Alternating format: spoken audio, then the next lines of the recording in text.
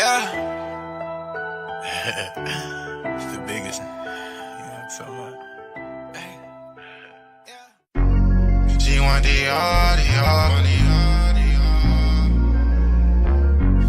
She want the Hey, what's up, y'all? I am your host, Izumi, and we are reporting live from Los Angeles, California, and we are on PIC TV Network on Roku TV. And if you're not tuning in right now, you better tune in because you do not want to miss the latest and hottest indie music videos, fashion, celebrity news, interviews, and so much more for you guys that we're going to bring a home for all indie artists and all genres of music. So we are the streets, we are the culture, and we are the content. Stay tuned, Roundtable TV.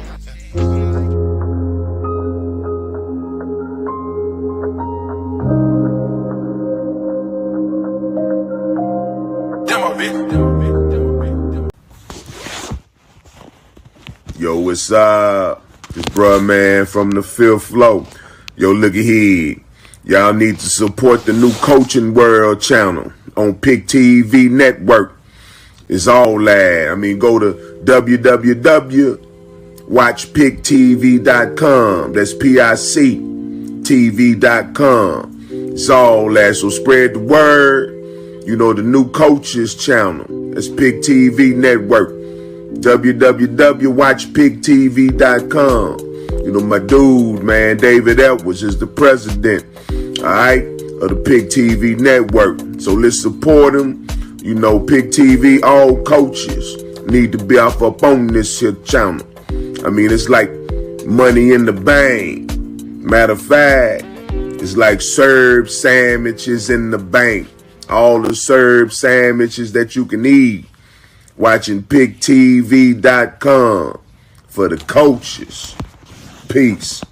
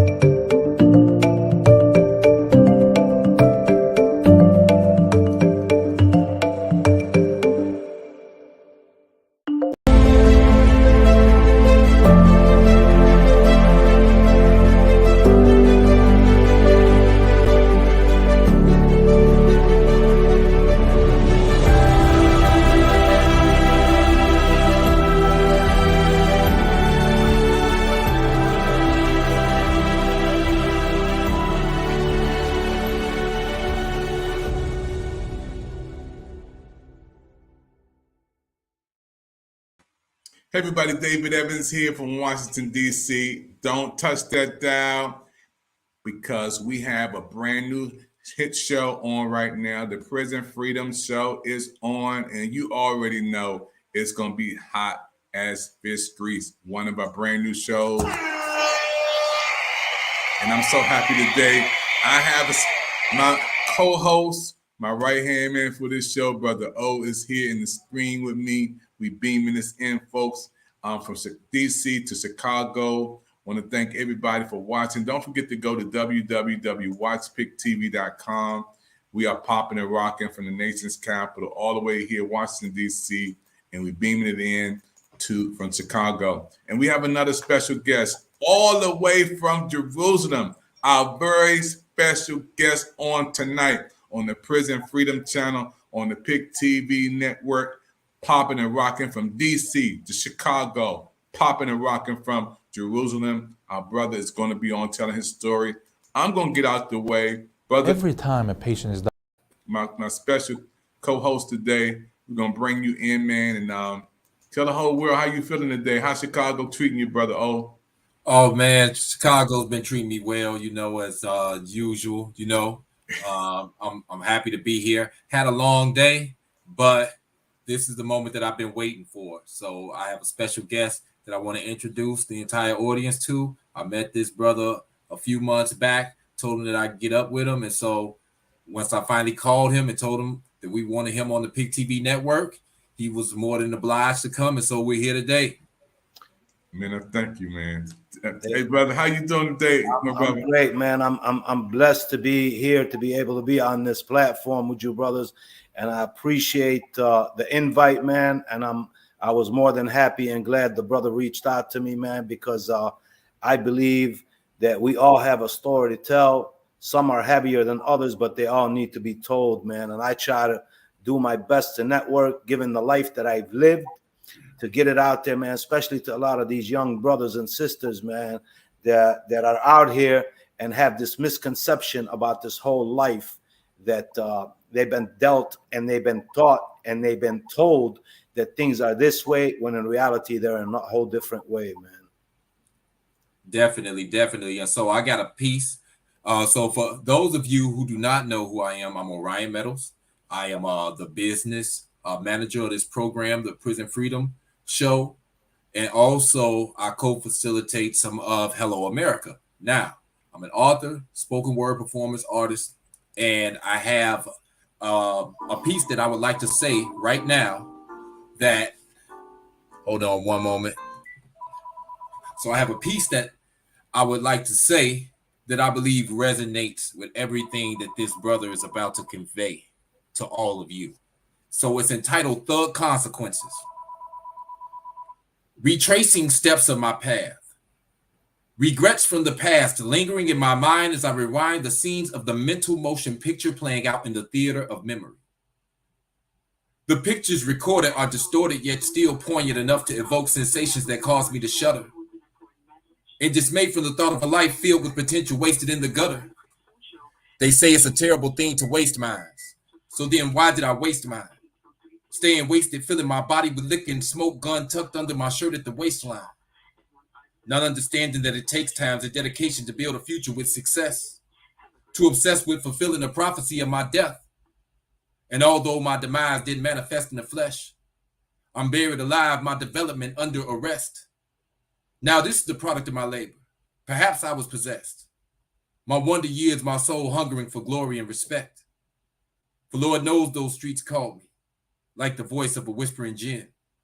Or was I simply delusional, mind clouded from all the chronic whiskey and gin? Father, forgive me for sins I can never atone for. For I've seen murder, torture, misery, and sadly this heart of mine firsthand has known war. The days of my life, like the stations of the cross, the burden of my choices, and the weight that comes with the stunning realization of their cost. These are a thug's consequences. That's deep. And so that was from my publication entitled Inside the Box, one of my 3 publications. And I just felt like it resonated exactly with, your book and the message that you're trying to convey to the masses. So without further ado, I give you Brother Imad Sadah. And I'd just like for you to tell us about yourself. So you grew up on the south side of Chicago. Yes, but I'll start with my birthplace. Okay. I was actually born in Jerusalem in 1966, August of 1966. Less than a year later, what was known as half of historical Palestine was invaded by what's called the newly created state of Israel, which is basically made up of European Jews who left Europe and came to Palestine in the early 1900s. They established a country with the help of the United Nations, United States, and England in particular. And they took half of my country and exiled half of my people. In 1967, they invaded a people who had no military and took the rest of the country, is what you might know as the West Bank, Gaza, and in East Jerusalem. So I was less than a year old when I lost my freedom as an individual who identifies himself as a Palestinian. The males in my family were imprisoned. My uncle was exiled to Jordan. He came back and did an operation and was arrested through the Jordanian desert. He was part of a group, what is known as the Popular Front for the Liberation of Palestine, led by a Christian leader named George Habash. So most of my life was spent watching the Israelis arrest the males in my household assault and insult the females in my household, including my grandmother and my mother. Spent most of my life, the 12 years there, spent most of the time going from prison to prison with my grandmother, visiting my uncle, my father, or my grandfather. And my father and grandfather weren't in there long. They would stints, a year here. And my uncle was sentenced to 125 years in prison for his political views and his freedom fighting tactics. So I grew up there, poor.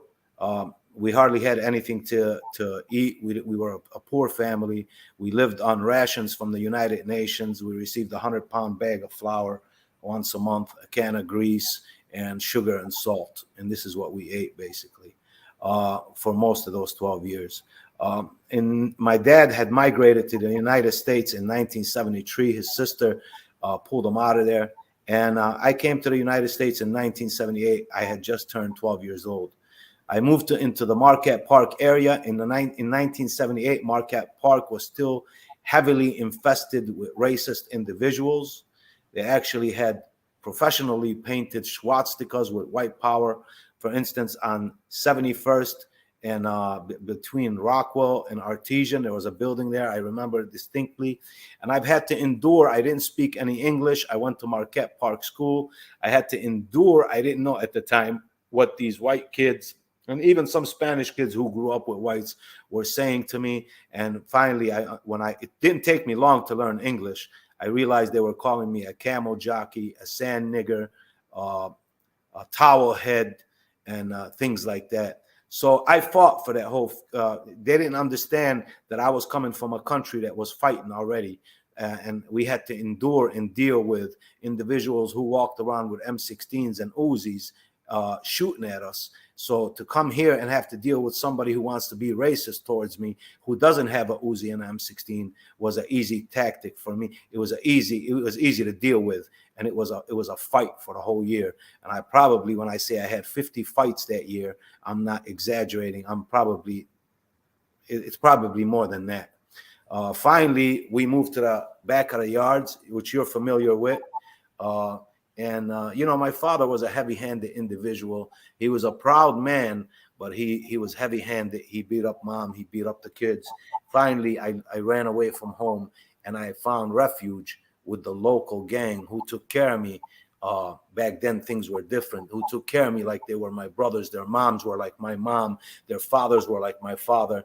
They gave me shelter, food, and so on and so on. In 1985, I went to state prison. I got out in 1987. If you remember, 1987, the drug game was so heavy that, I tried to stay away from it, man. But I got out. One of my best friends who I left didn't have $5 in his pocket. We used to cruise all night, on $5 of gas and gather $5 just to get a nickel bag of weed to smoke some weed. He was basically almost a multi-millionaire. So he kind of invited me in. I rejected, and I already learned a trade in state prison. I became a body man, a certified body man, auto body man that I learned in prison, and I stayed with that. Finally, I fell to the game, man. There was so much money to be made that I fell to that game, and I probably became one of the biggest drug dealers in my area. And was arrested in 1992 by the FBI and DEA for a conspiracy to possess with intent to distribute multi-kilos of cocaine. And I spent 13 years in prison there, and it was African-American brothers who basically educated me about my religion and invited me to come to services. It took me about 3 years to go to services because I felt like I came in without religion. I'm not going to break down and ask God to help me out because I'm in jail now, because it would be almost like I'm a hypocrite. So I said, you go, you worship God. I came in not worshiping God. Actually, when the feds arrested me, you could almost call me an atheist. I didn't believe in anything. There was a point in my life where I just disregarded God and said, if there was a God, many of the things that happened would not be happening. Why is there Muslim, Christians, and Jews? This is obviously a fabricated. These are fabricated institutions. They're fabricated by human beings. That there is no God. and I learned the hard way that there is a God. It's the God that sent Abraham. It's the God that sent Moses. It's the God that sent Jesus. It's the God that sent Prophet Muhammad, peace be upon him. This is why we say he is he is the protector of Abraham, or we should say he is the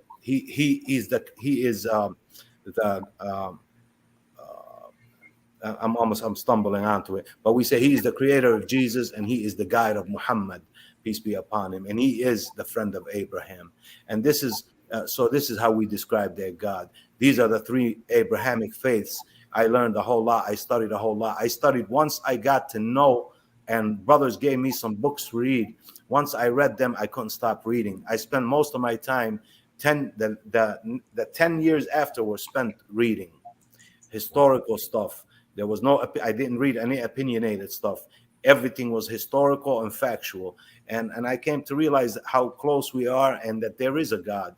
And ever since then, I've been basically walking that straight path. I felt like a fool because I thought I was really, really, really smart.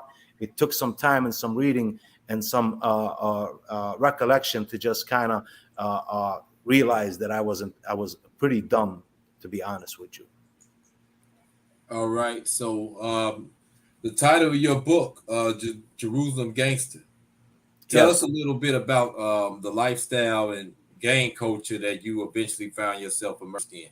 Well, I'll tell you, initially when I got involved in the gangs, I fell in love with the individuals because of their love for me and their care for me. And from there on, man, I carried that torch all the way. I didn't, if people who know me from back then will tell you that this guy was nothing to play with. This guy was something to be reckoned with. I remember once I saw my brother. I had left home.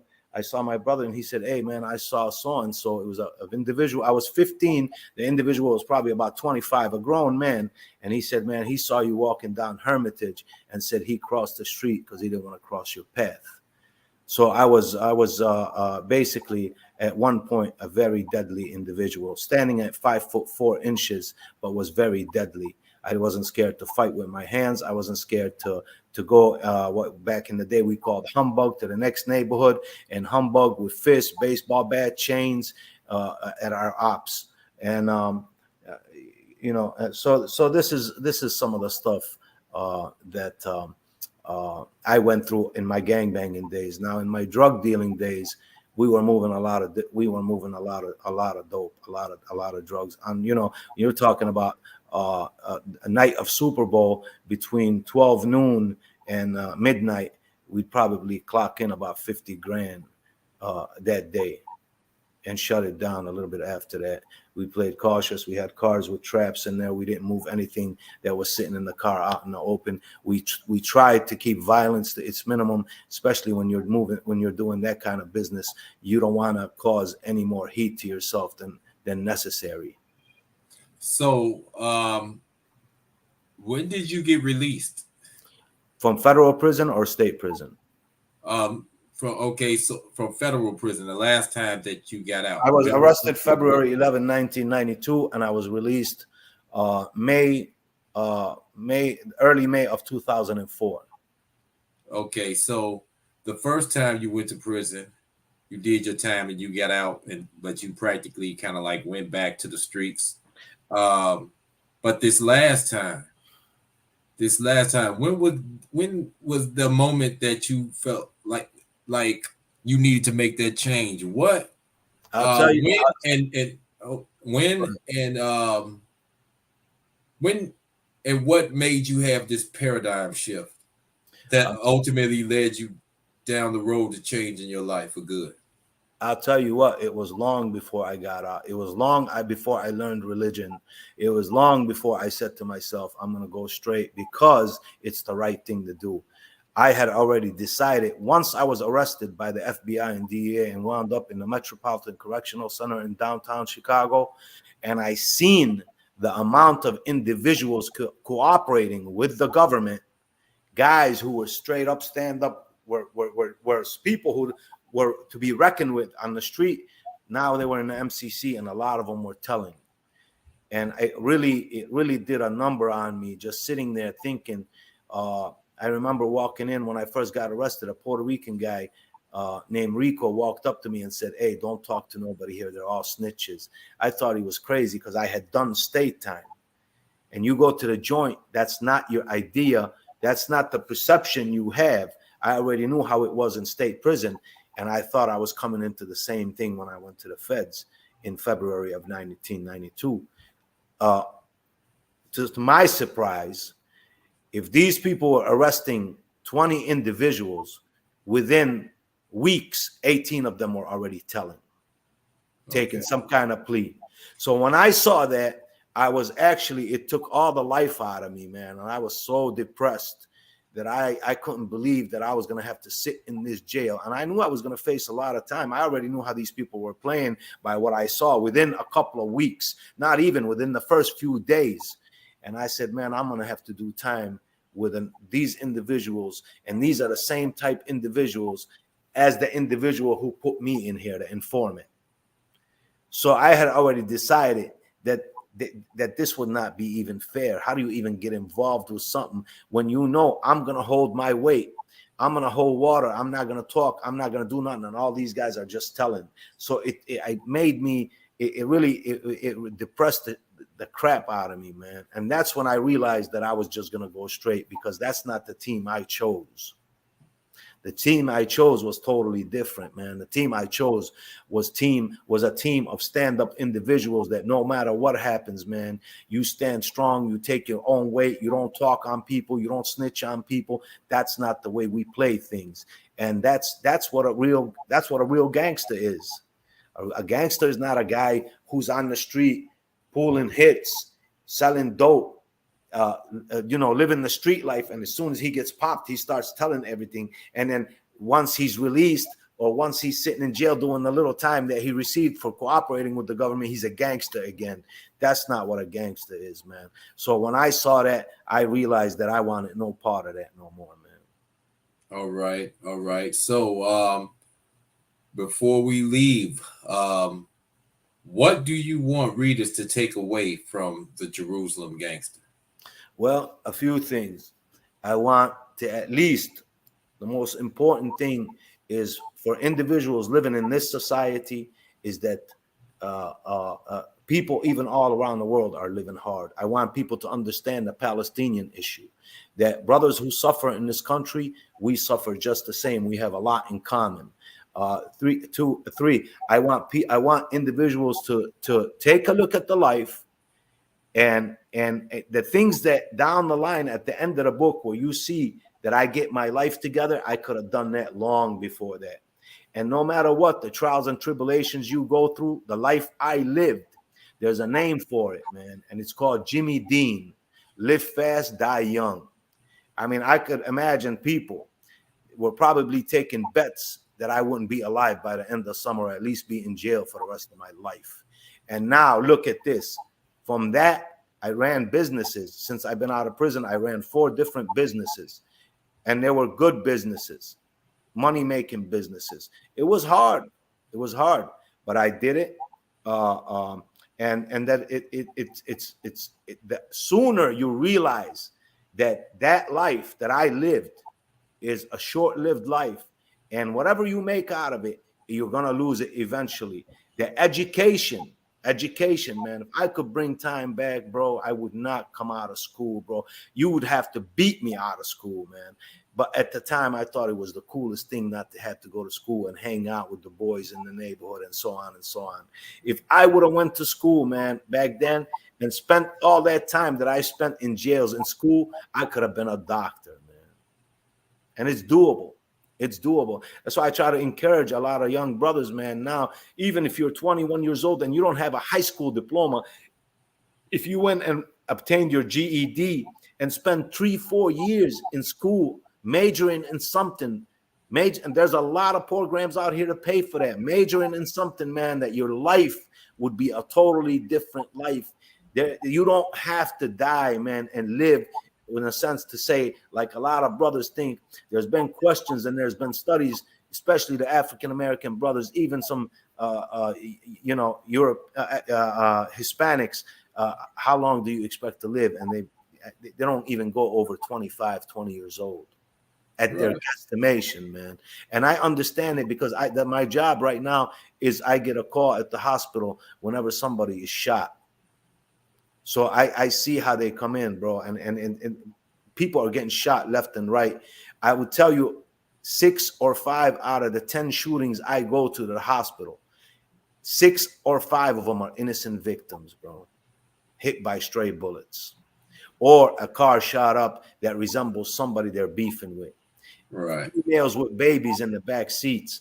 I mean, this week I was called to at least 15 shootings between Wednesday and Sunday. 15 shootings, one hospital, and I'm one. There's 2 other people going on calls, and the other one probably had 10, and the other one probably had 5 or 6. So we're talking about 25 to 30 shootings between Wednesday and Sunday. And you know, that's something that Dr. Evans and I have been talking about. You know, the crisis that we have in America with guns and violence, and eventually we're going to have some people come on our Hello America program and talk about those issues, such as what you were talking about, as far as people being, you know, hurt and killed by gun violence. Yes. You know, because it's definitely a crisis here in America. So, Dr. Evans, I'm going to give it to you and let you take over from here.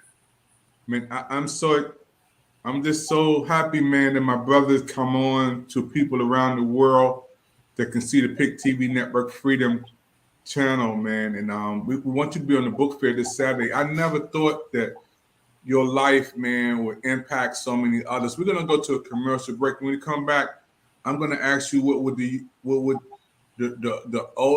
older version of you today tell the young version of you. Then I'm gonna ask you, if you was in the room with 5,000 young people from the age of 25 on down, what would you tell them if they was getting ready to make some moves like you had made in your life? 2 things I'm gonna ask my brother when he come back. What would the older version tell a young version of you? And then if you was in the room with 5,000 young people, the age of 25 on down, who's out there in the gang banging, running the streets and doing things, crime and violence, what would you tell them? After we come back, you're on the Prison Freedom Channel today, my brothers and sisters. We're beaming it from Washington, D.C. to Chicago with my co-host, Brother O, and we beaming it in to my brother from Jerusalem, who is our special guest today on the PIC TV Network. We'll be right back right after this. Don't touch that dial. Every time a patient is diagnosed with colon cancer, the first question is, am I going to survive this? So let's take a moment and talk about the probability of cure in this disease.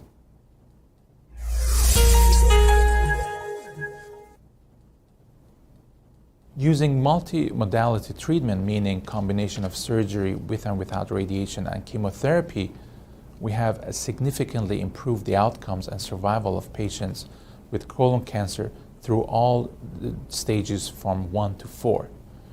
Unfortunately, whether a patient will be cured or not is still determined at the stage they were diagnosed with.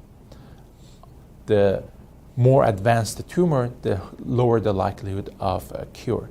A stage 1 tumor that has not even penetrated through the wall of the colon can expect it to be cured in 93% or more percent of the time.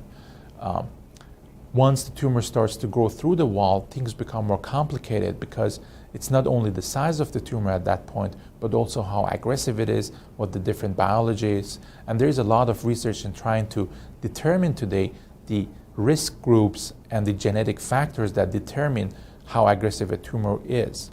But for now, we have to go by what we have, and this is the size of the tumor and whether lymph nodes are involved or other organs are involved.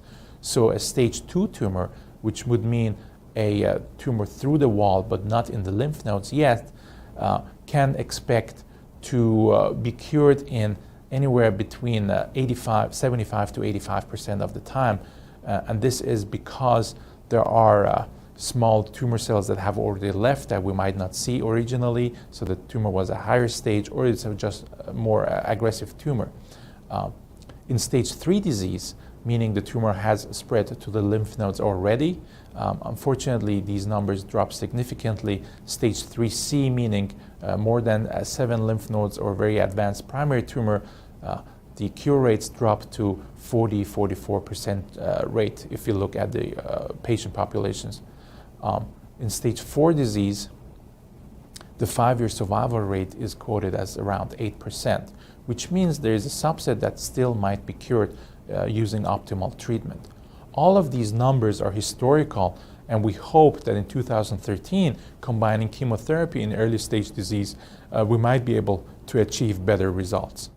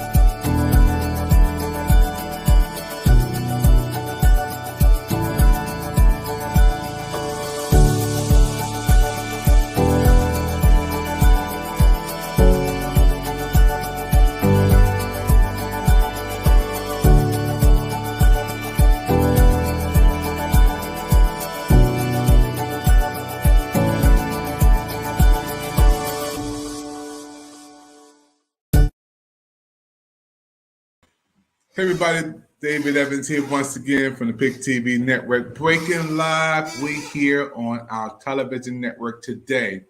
One of the hottest shows on the PIC TV network out of our 60 channels is the Prison Freedom Channel. And I'm so happy for our special guest today, who's beaming it in way from Jerusalem, where she grew up at, living now in Chicago. And I want to thank my co-host, my right-hand man, who is the face of the Prison Freedom Channel, Brother O. Brother O, I'm so happy, man, for you taking time out to get another special guest on.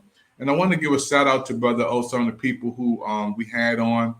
Benny, can you give some names, Brother O, before we bring our brother back in? Oh, yes. We've had Celia Cologne. She was on the show. We had Miss Brock Kelly. She was on here. We had Professor Bennett Lee. We had Randall Washington, just to name a few. And also Tim Barnett. He was interim director of University Without Walls. At one time, he's no longer the interim director, but he is still a professor at Northeastern Illinois University, and he is still with the Prison and Neighborhoods Arts Education Project out of Northeastern Illinois University. So those are just a few people that we've had on the Prison Freedom program. Yeah, and one of our special guests won, man. We got to give a shout out to him. He was on our public official show. He won. Oh, yeah. So he won the Democratic primary. You're talking about Dan Pogoshelski. He's running for the commissioner for the Water Reclamation District right here in Chicago, Illinois. So he won the Democratic primary. And, he's still running. He has to face his opponent, whoever wins the Republican primary. But he did, get to the next stage.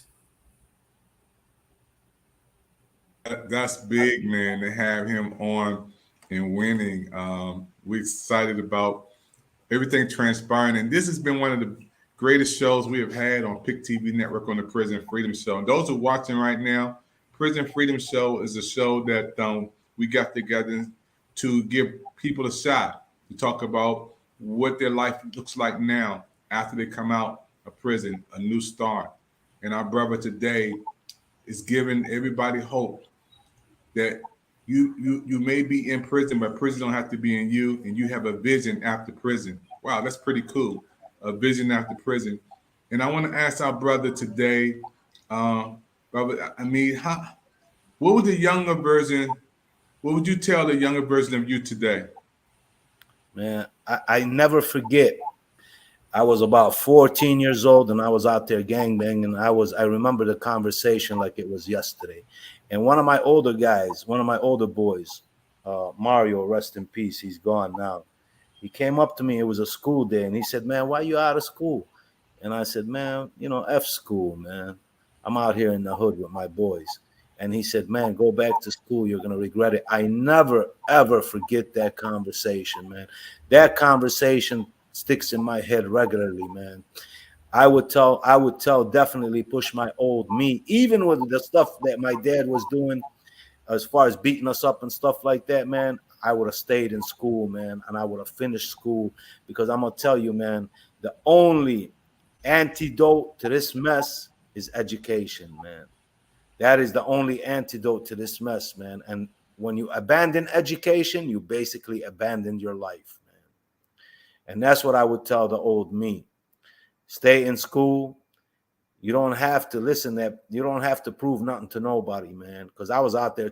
I was eager to prove myself as a vicious individual in my neighborhood, demanding my respect by brutality. In my at 15, 16, 17, and 18. When I went to the state joint, man, I gained a lot of respect. I moved up to second C real quick, which is within the Latin folks at the time. At 19 years old, I was already holding a second spot within that institution for the Latin folks or Latin disciples, whatever you want to call it. Spanish gangster disciples was at the time. That was the concept. So that's what I would tell the young me, man, to stay in school. Definitely, man. Stay in school, be strong, and take it. Take it, because that's the key. That's the key. That's the key to open all doors, is education, man. Yeah, man. Man, I just thank you for your words of inspiration, encouragement, motivation. Got to give you 5 stars. Appreciate that. Man, that was beautiful. And, I will tell you this. Yesterday, I sat down in downtown Chicago, and I was in a meeting with state representatives about gun violence. And I spoke. And when we speak, and I'm not trying to say, I don't have a PhD in literature or a PhD in science, but I have a PhD that was given to me, that was gained, which is street knowledge. And when we speak, these individuals, their jaws dropped, and they were listening because of the what I had to say and what others had to say about the cure to this madness and to this sickness. And I will tell young brothers this: if you think it's gangster to shoot somebody and kill him, if that's gangster, then what is an individual who walks into a school and kills 15 people in one shot? How much of a gangster is he? If that's what makes a gangster, if that's what makes a thug by shooting an individual, then what is that individual? Should we consider him as a thug and a gangster because he shot 15 people in a school or in a mall or whatever the case may be? It don't make you gangster to pull the trigger and kill somebody. And I'm going to tell you, man, life is beautiful. Life is great. It doesn't have to be lived the way it's being lived in some of the disadvantaged communities. There are resources out here, man. I used to get upset at brothers in the joint, man, when something came up about something, a TV in the TV room. And I say, man, that's them white people shit. No, I used to tell them, bro, don't say that. That's not their shit, man. That's our shit. Our families pay taxes. We pay taxes. Every time you walk into a grocery store and buy a can of pop, you pay taxes. Oh, that's not them. Why are you legitimizing what they think about us, that this is their stuff? That's not their stuff. So there's a lot of resources out here to help young brothers, man, to help themselves, whether it's free schooling, free trade.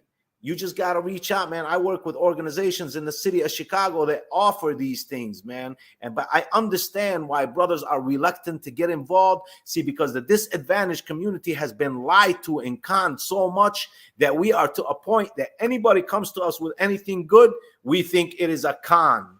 And I constantly have to tell dudes, man, I don't want no money from you. I'm not trying to sell you nothing. I'm not trying to get no money from you. I'm trying to help you so you help yourself and move on. And it's not far-fetched to have a house, a car, and a family in a decent neighborhood after you get your education and get you a decent job, because these people ain't scared of somebody with a gun. They have tanks, planes, machine guns, and everything else. They have armies, but they are terrified of an educated minority, whether it be a Hispanic, African American, Arab, whatever the case may be, man. And that's the key to everything, is education, man. And the strongest person is the one that holds his anger, man. Brothers are out here killing each other over just bumping into each other. If you bump somebody, you wind up getting killed, man. You're killing somebody because they bumped you, because they cut you off, because he said something to you, and said something to your sister or your girl or whatever the case may be, man. You take somebody's life like that, man. But I understand, like I always say, man, this is historical trauma, man. It has to be dealt with. Like I told the politicians, this is a social issue, not so much as a criminal issue. A social issue which has turned into a criminal issue, and there needs to be help. Mental illness is real and serious, man. It has been the most neglected disease in the world, man. When you talk about, there's been studies for cancer, diabetes, and everything, nothing for mental illness, and it's serious. It's out here bad. Man, I'm just so excited, man. When I hear you talk, man, you can reach people I can't reach. You can touch people I can't touch, and that's why this show is so vital. You and Brother O, the Prison Freedom Show, man, is a lifeline to let people know they have been forgotten, man. I got a brother who I love so much, Raymond Carter Jr. He got in prison when he was in his teens, and he's in prison right now. He's almost 48 years old. And Brother O talked to him. It's my godson. He was just driving down the street with his boys 20-something years ago down south on the road, got pulled over, and been in prison ever since, man. But you give him hope. He's going to watch the show. You give him hope and inspiration. What do you tell if you were in a room with 5,000 young people, man? Some of them are gangbangers, some of them are on drugs, selling drugs, some of them out there shooting, killing and robbing and breaking in places.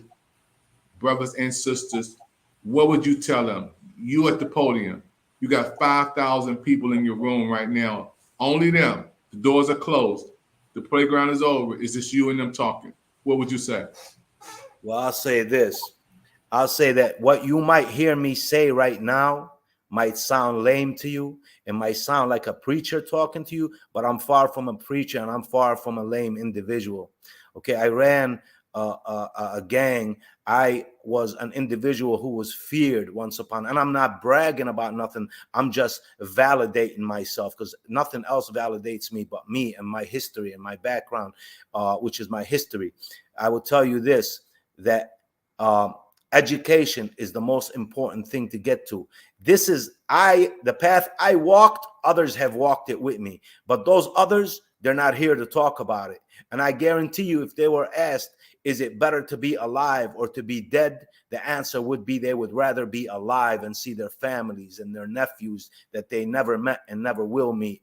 So it is important to educate yourself. It is important to stay in within education. It is important to reach out, man, to individuals if you have a problem to deal with. It's not masculine to react violently and grab a pistol and shoot someone. Like I said, it's not gangster to shoot someone, because the madman that walked into that school in Texas, outside the school or into the school, and killed 17 babies, is that gangster because he killed 70? Was he 17 times gangster than you? So I would say, man, this individual who was probably at times considered to will be dead by the end of summer or in prison for the rest of his life, was just in a room sitting with senators discussing how to change policy, how to make this a better place. I can argue with the best, whether it's historical, whether it's religion, and so on and so on. How I did that? By reading, by understanding, and I gained the utmost respect when I talk to individuals. So I would say, just like I'm able to do that kind of stuff, just like I have done that, you can do that also. The future is bright. You have to make it bright, or you can make it dark and end it. And I see a lot of young brothers doing that and gone. It's over with. It's over with. Wow, man. I want to thank you for coming on Pick TV Network. We got to have you to come back. Brother O, want to close us out tonight, Brother O? All right. Thank you, Dr. Evans. So we're more than glad to have you here. It was an honor. You know, I met you at Professor Lee's office at a NAFI reentry circle meeting. And your story is definitely intriguing, and we just appreciate your story and the work that you're doing, your testimony. And until next time, everyone, I'm Orion Meadows, your business manager for the Prison Freedom Program. And this is the Pick TV Network. Check us out. We're on Roku, 60 channels. And don't forget to check out Imad Sadeh's book. Please do not forget to check out his book, man. Read it. It's an interesting story. He's been through a lot, and you definitely won't be disappointed. I got the book myself. I read it, and there's just a lot of things in there about the world, about history, and about how different people struggle throughout the world. But it talks about the ability to be able to persevere and overcome. And even though people may make mistakes in life, they can still come out on top. And this is what has happened with this man right here. So until next time, we'll see you again on the Pick TV Network. I'm Orion Meadows. And for Dr. David Evans, we're out. Till next time. Everybody have a blessed day. Peace.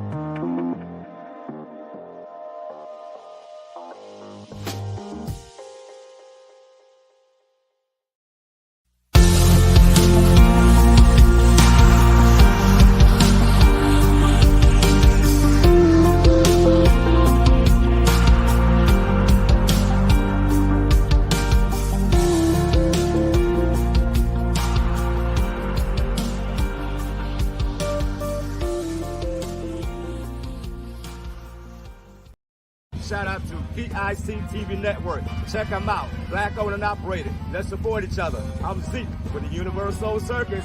I'll be tuning in. Shout out to PIC TV Network. Check them out. Black owned and operated. Let's support each other. I'm Zeke with the Universal Circus. I'll be tuning in. Broken down, tired of living life on the merry-go-round. And you can't come down higher. I see them, so we're walking out.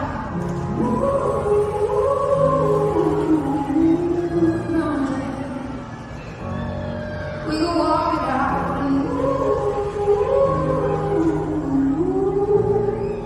I'm dead. And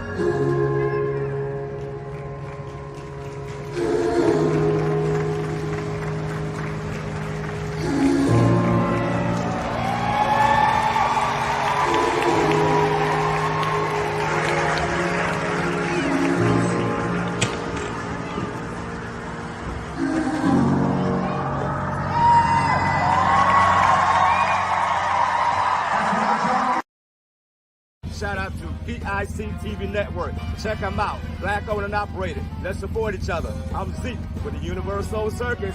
I'll be tuning in. Shout out to PIC TV Network. Check them out. Black owned and operated. Let's support each other. I'm Zeke with the Universal Circus. I'll be tuning in. Yo, what's up? This bruh man from the fifth floor. Yo, look at here. Y'all need to support the new Coaching World channel on PIC TV Network. It's all that. I mean, go to www.watchpictv.com. That's PIC TV.com. It's all that. So spread the word. You know, the new Coaches channel. That's PIC TV Network. www.watchpictv.com. You know, my dude, man, David Edwards is the president, all right, of the PIC TV Network. So let's support him. You know, PIC TV, all coaches need to be off up on this here channel. I mean, it's like money in the bank. Matter of fact, it's like Serb sandwiches in the bank. All the Serb sandwiches that you can eat. Watching PICTV.com for the coaches. Peace.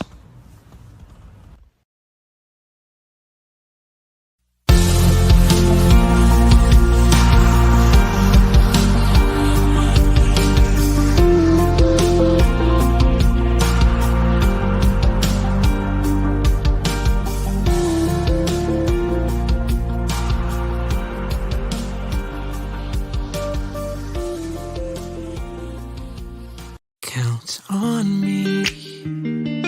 Don't be worried.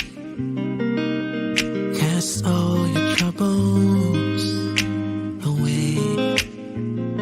Wherever you're going, just know that I'll be there. Count on me. Put on your smile.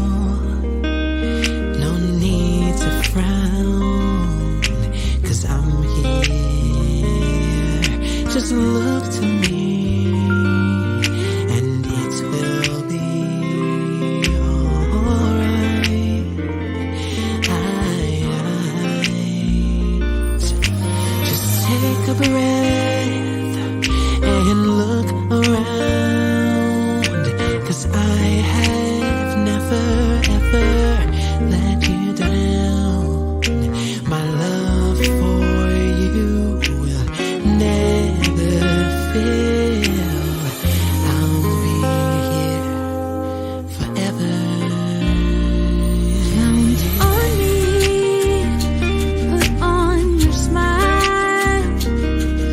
No need to frown, 'cause I'm here. Just look to me,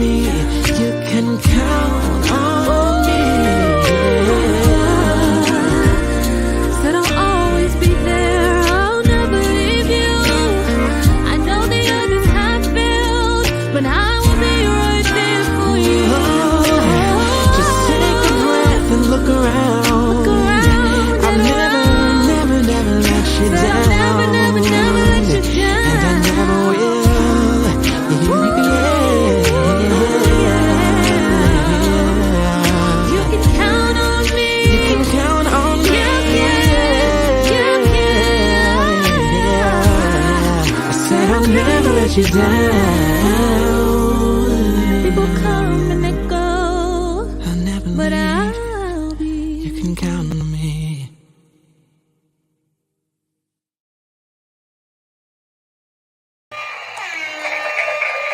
Everybody, this is David Evans from Pick TV Network. Listen, we are excited for all of you who've been watching our show today.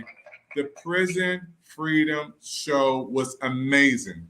From Washington, D.C., all the way to Chicago with Brother O, my co-host, to Jerusalem. This is the first time we ever hit Jerusalem, which is amazing. My brother put it down. And you know, he talked about being in prison at a young age and coming out, now being productive in society and helping other folks. But all of you are like me. When he goes into those hospitals and see people shot up, 10 people per week and more, and a lot of them are innocent kids, people sitting in cars, he sees that. You know, so we want to pray for him. We're also praying for our First Lady, Jill Biden, praying that she'll be healed very soon from COVID. And thank God for our president and our vice president. We're praying Pick TV Network. We need each other as we go through a season of helping and supporting. And one of the ways that we want everybody to support this network, the Pick TV Network, is to take a moment and to scan that QR code right there. When you scan that QR code with your phone, you can support the Pick TV Network with a donation of any size. You'll see there when you scan it, you'll see the PayPal, the Cash App, the Zelle, whatever you like to give. Matter of fact, we're going to have a Pick TV Network telethon real soon, our donation fundraising. You can be a part of it. You can chat in and contribute. We want to do some great things this winter as we prepare for 2023 to help some families in need. We're going to be adopting some families. You know, there's a lot of families who lost loved ones down in Texas, down in Chicago, and other places. These families still have to go through the holidays with an empty seat at the table. So what did Pick TV Network do? We have a gift card that brightens somebody's day, and we give the children some toys. This is called Project Smiles from the Pick TV Network. When I created Project Smiles, I was thinking about a family that will see a gift card in the mail and some toys for the kids during the holiday seasons to put a smile on their face. I'm going to show you some footage that we did last year. It was amazing. And some people we helped right here from the DMV. Yeah. And we took it right out of our own pockets. We helped people who are in need all the way to Zambia. We were giving over there to help people in the United States. And we want to try to do more this year, but we cannot do it alone. We need your help. We need your support. Take a moment, scan that QR code, Pick TV Network QR code right there. When you scan that QR code, you can contribute to help our television network grow and do some great things. As you just seen on TV just now, the Prison Freedom Channel. It's a television channel show only seen on the Pick TV Network. Our network created this television show just for you. And everybody who has a story coming out of prison, or some may be in prison, they still have a story. And that story needs to be told. And there's so many people going from the prison to the New Vision, like our brother who was just on from Jerusalem, talking about how he was in prison at a young age. 50 times a year he would be locked up. So many times he would get in fights. He would do so many things that were crazy. And he wasn't even planning to live to be 21 years old. He had such a rough life. But now he's giving back. He's out of prison. And guess what? He has a vision after prison. And now his vision is to be productive in society. He has a book out. He's doing great things. Our brothers all the way from Jerusalem to Chicago doing great things. And you know what? A lot of times, those you watching me right now, you may have a loved one in prison, but they can have a vision after prison and come out of prison and do something great. Yep. And this is what the Prison Freedom TV show is all about. Giving people a chance to showcase their talent, gifts, and abilities to the world. Yep. And they have a story to tell the repeat offenders have a story. The people who are going through have a story. From prison, freedom. It's called prison freedom because guess what? Just because behind bars, that don't mean the bars have to be inside them. Just because they're looking inside, that don't mean they can't look outside. And I want you to help us. Scan that QR code, support the PIC TV network. Do it today. And don't forget, we have a brand new coaching channel show on right now. And one of the biggest stars in Hollywood gave us a promo. You already seen Bro Man from the 5th floor of Mont Lawn show. But I got another surprise guest. You are going to be amazed at this Hollywood star. You've seen him on the King Comedy. You've seen him on his own television show. You've seen him do some great things on the movie screen. And now he has a promo on the PIC TV network. The one, the only, Cedric, the entertainer, right here on PIC TV network with promo that's so amazing. We're going to play that promo. And I want you to see it. I want you to be encouraged. I want you to like and share. Matter of fact, it's on Instagram right now, the PIC TV network on Instagram. Go over to Instagram, see the PIC TV network with Cedric the entertainer giving us so much love. Like and share it. Push it out there. Tell everybody about it. This is big for our network, folks. My name is David Evans, your president of PIC TV network. If you'd like to be on our television show, we have a brand new Coaching World channel that everybody's talking about, one of the hottest shows out. And I want to say congratulations to the PIC TV network new Coaching World channel that's on right now. You want to be on our Coaching World channel. Our Coaching World channel is a brand new channel, again, hot off the press on the PIC TV network, and you can be a part of our Coaching World channel. Congratulations to the PIC TV network Coaches World channel. You can be on this brand new channel. All you have to do is to call 202-505-2837. That's a brand new show, hot, breaking live on the PIC TV network. I want you to be a part of it. And I can't wait to show you this commercial from the one, the only, King of Comedy, one and only, has his own show. You've seen him on all shows and programs. One of the biggest stars in Hollywood gave PIC TV network this big commercial of the year, Cedric the entertainer. That is huge for PIC TV. Hey, I want to say thank you for your time, folks. My name is David Evans. And don't forget, tell somebody about PIC TV network. Our network is on Roku right now, coming your way. Thank you for your time. Keep on looking up because the best is yet to come. Check this out from Hollywood. It's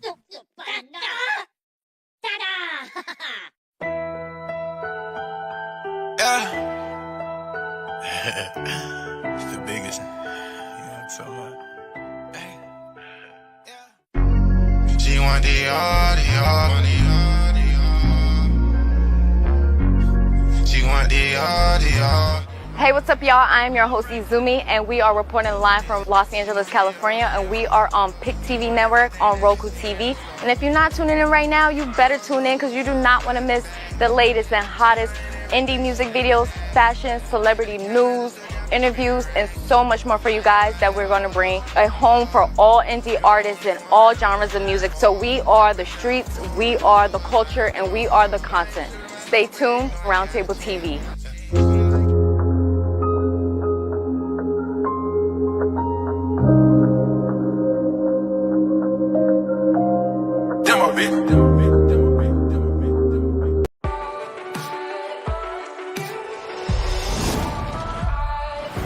Tonight is movie night.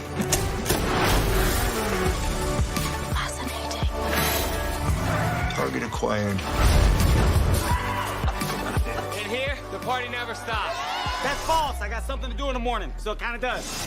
In here, you can go anywhere. See anyone. You want to see something cool?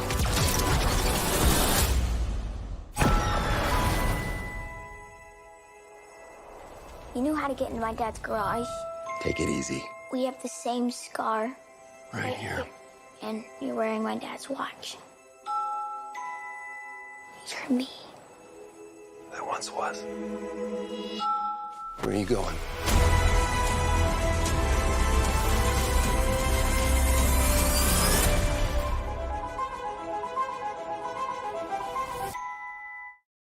Thanks for watching.